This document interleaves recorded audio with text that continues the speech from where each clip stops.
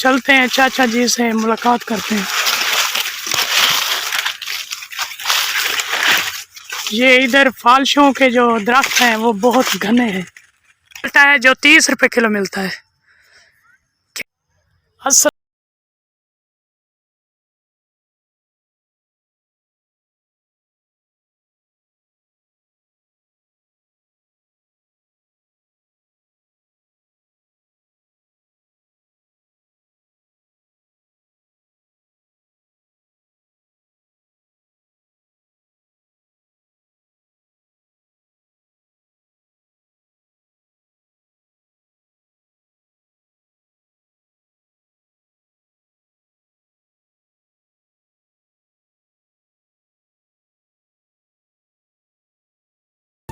उस ज़ख़ीरे के बारे में और उसके दरख्तों के बारे में मैं आपको